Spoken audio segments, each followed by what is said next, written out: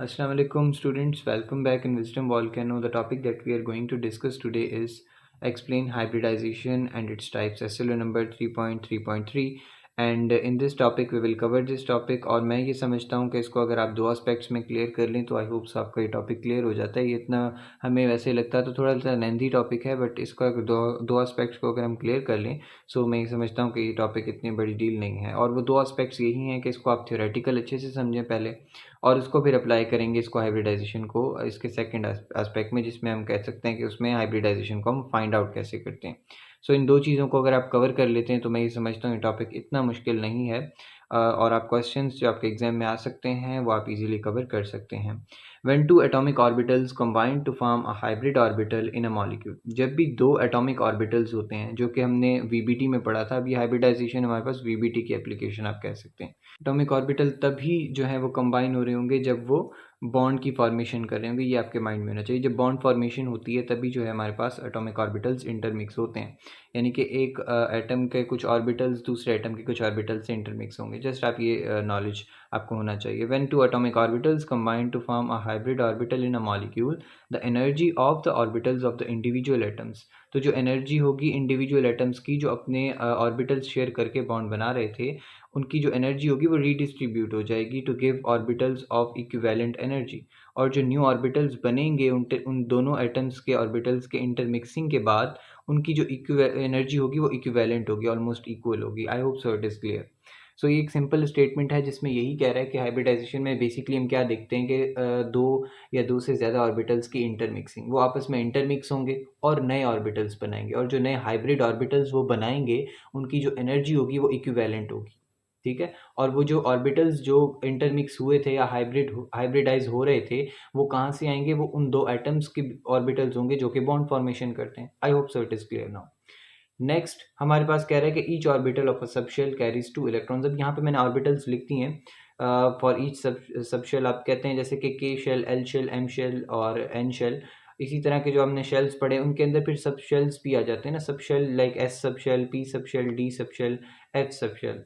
फिर इनके अंदर इनके ऑर्बिटल्स कितने आते हैं, और हर ऑर्बिटल के अंदर आपको ये पता होना चाहिए कि दो इलेक्ट्रॉन्स होते हैं। Each orbital of a subshell, ये सबशेल है एस पी डी एफ, और इनके जो ऑर्बिटल्स होते हैं उनके अंदर जो इलेक्ट्रॉन होते हैं वो हर ऑर्बिटल है, डी का है, पी का है या एस का जो है वो ऑर्बिटल है। और आपको उससे पहले ये पता होना चाहिए कि इन सबशेल्स के ऑर्बिटल्स की अमाउंट कितनी होती है। वैसे तो ये आपको क्लियर होगा, but for those who don't know कि एस के अंदर एक ऑर्बिटल होता है एस सबशेल के अंदर, और पी के अंदर 3 होते हैं, डी के अंदर 5 होते हैं, और एफ के अंदर 7 ऑर्बिटल्स हमें पास देखे गए हैं। ये सबशेल्स हैं और ये उनके अमाउंट ऑफ ऑर्बिटल्स हैं। और लाइक सपोज करें आप डी का फोर्थ जो हमारे पास ये 5 मैंने लिखा है ना, जो इसका फोर्थ होगा ऑर्बिटल, उसके अंदर कितने इलेक्ट्रॉन्स होंगे? You know every orbital has only 2 electrons, उसमें भी 2 ही इलेक्ट्रॉन्स होंगे।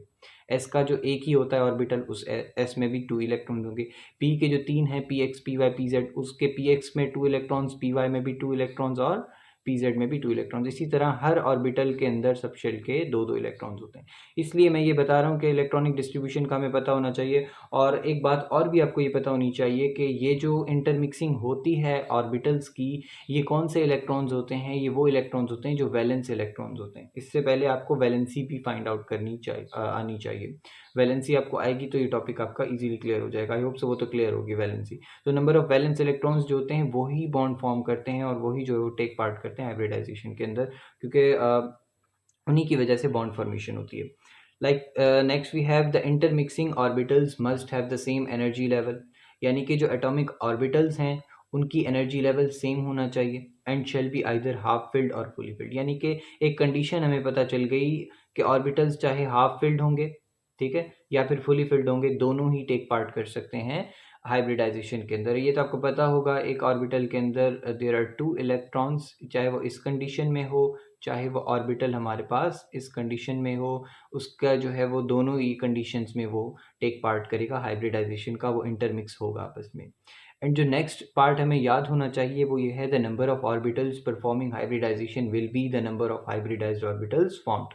जितने number of orbitals take part कर रहे हैं हाइब्रिडाइजेशन के अंदर, उतने ही ऑर्बिटल्स हमारे पास बनेंगे भी इंटरमिक्स होने के बाद। सपोज करें दो हमारे पास एटॉमिक ऑर्बिटल्स इंटरमिक्स हुए, तो रिजल्ट में बनेंगे कितने ऑर्बिटल्स, वो भी 2 ही बनेंगे। सपोज 3 हुए तो 3 बनेंगे, ठीक है। तो ये चीज़ें हमें पता होनी चाहिए। So now types of hybridization, ये कुछ टाइप्स मैंने लिख दी हैं। वैसे तो हमारे पास sp3d तक या sp3d2 मैक्सिमम होता है, उससे आगे एग्जाम्स में बहुत हार्डली, वेरी हार्ड क्या आपको, बट sp3 तक तो बिल्कुल ही अच्छी ग्रिप आपकी होनी चाहिए। एक एवरेज स्टूडेंट की sp3 तक तो अच्छी सी ग्रिप होनी चाहिए। लाइक अब हम कहते हैं sp3 का क्या, sp का क्या मतलब होता है, ये हाइब्रिडाइज्ड ऑर्बिटल है, आपको पता होना चाहिए। ये एक s है इसके अंदर और एक p आपको नजर आ रहा होगा, यानी कि 50% किसका रोल है, s का, और 50% रोल जो है वो p का है। और इसके अंदर एक s का जो है और एक p का ऑर्बिटल इंटरमिक्स हुए हैं, तो जाके हमारे पास कौन सी हाइब्रिडाइजेशन मिली, sp hybridization. Okay, so we have sp2।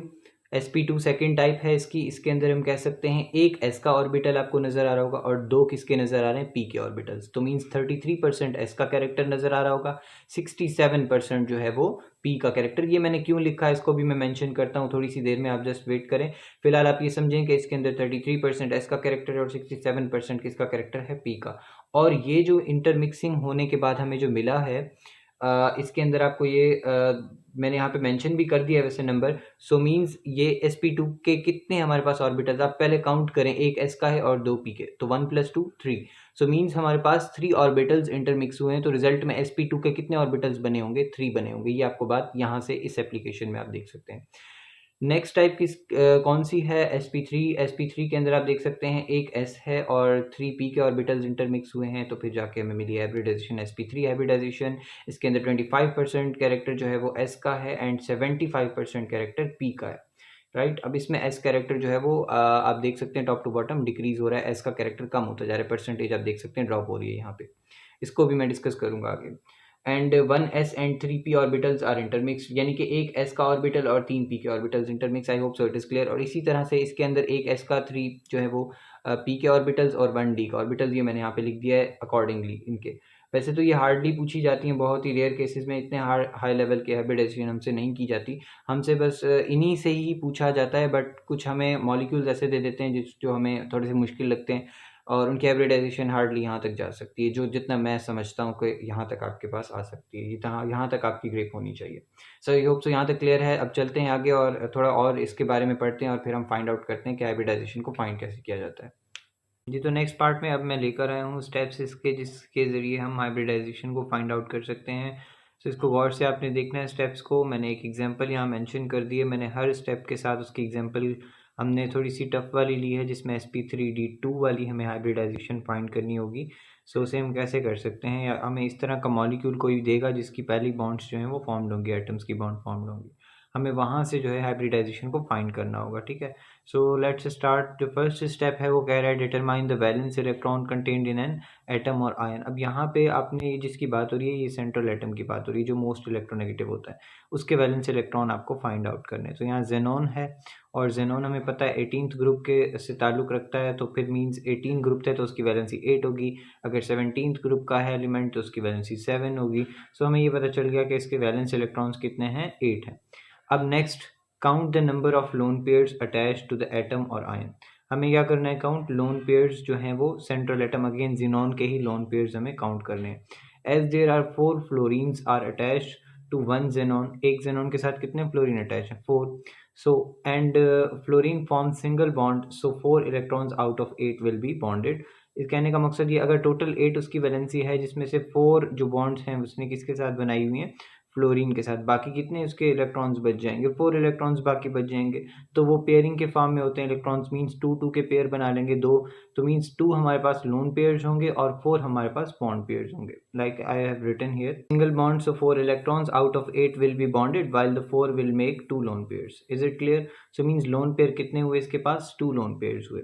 Add the number of bond pairs and lone pairs. फिर जो थर्ड स्टेप है उसमें lone pair and bond pair के जो नंबर है उन्हें हमें प्लस करना है।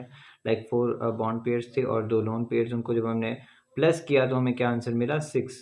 मीन्स हमारे पास 6 ऑर्बिटल्स फॉर्म होंगे और 6 ही ऑर्बिटल्स के जो है वो इंटरमिक्सिंग के बाद जो रिजल्टिंग हाइब्रिडाइज्ड ऑर्बिटल होंगे वो भी अमाउंट में 6 ही हमें मिलेंगे। ये बात हमने अभी कवर कर चुके हैं हम इस बारे में। And then intermixed and found it is clear. So next last step is that depict hybridization. अब हमें पता है 6 ऑर्बिटल्स वाली हाइब्रिडाइजेशन कौन सी थी जिसमें टोटल नंबर ऑफ ऑर्बिटल 6 थे। We know sp3d 1s 3p orbitals ये हो गए 4 4 और 2 6 हो गए d के 2 orbitals. I hope so it is clear, यहाँ तक क्लियर होगा। और ये मैं आपको बताता चलूँ, मैंने आपसे कहा था कि s को एस ऑर्बिटल है या p है या d है, इसकी जो है वो स्ट्रेंथ मैं आपको एंड में बताऊंगा। लाइक परसेंटेज अगर s की ज़्यादा है तो ये आपको पता होना चाहिए कि जो s ऑर्बिटल की परसेंटेज जिस हाइब्रिडाइजेशन में ज़्यादा होगी वो बॉन्ड ज़्यादा स्ट्रॉन्ग होगी। लाइक sp बॉन्ड सबसे ज़्यादा स्ट्रॉन्ग होगी जिसकी हाइब्रिडाइजेशन sp होगी, उसमें s का कैरेक्टर 50% होता है देयरफॉर। और जो है वो नेक्स्ट उसके बाद कौन सा है, sp2 है, उसकी उससे कम होगी, sp3 की उससे कम। इस तरह हम फर्दर बढ़ते जाते हैं। जिस तरह s का कैरेक्टर जो है उसकी परसेंटेज जो है वो कम होती जाती है तो बॉन्ड भी जो है वो वीकर होती जाती है। ये पॉइंट मैंने डिस्कस करना था जो रह गया था। आई hope so it is clear. ये टॉपिक अभी कंप्लीट बिल्कुल नहीं हुआ, इसको मैंने जस्ट आपको स्टेप्स बताए हैं, इसको हम अप्लाई करेंगे भी नेक्स्ट एसएलओ के अंदर राइट आफ्टर दिस, क्योंकि उसके अंदर हमें शेप्स को प्रिडिक्ट करना है, डिपिक्ट करना है, एंगल्स के बारे में पढ़ना है, और वो एंगल्स वगैरह सब कुछ हम जो है वो नेक्स्ट लेक्चर में कवर करेंगे। तो उसके साथ एग्जांपल्स भी हम काफ़ी सारी देखेंगे। उसके अंदर हम ये भी देख लेंगे कि हाइब्रिडाइजेशन उनकी फाइंड कैसे हमें करनी है। सो ये आप कंटिन्यू कीजिएगा इस लेक्चर के बाद वाले लेक्चर को भी। I hope so it is clear now. So मिलते हैं नेक्स्ट लेक्चर में, तब तक के लिए अल्लाह हाफिज़।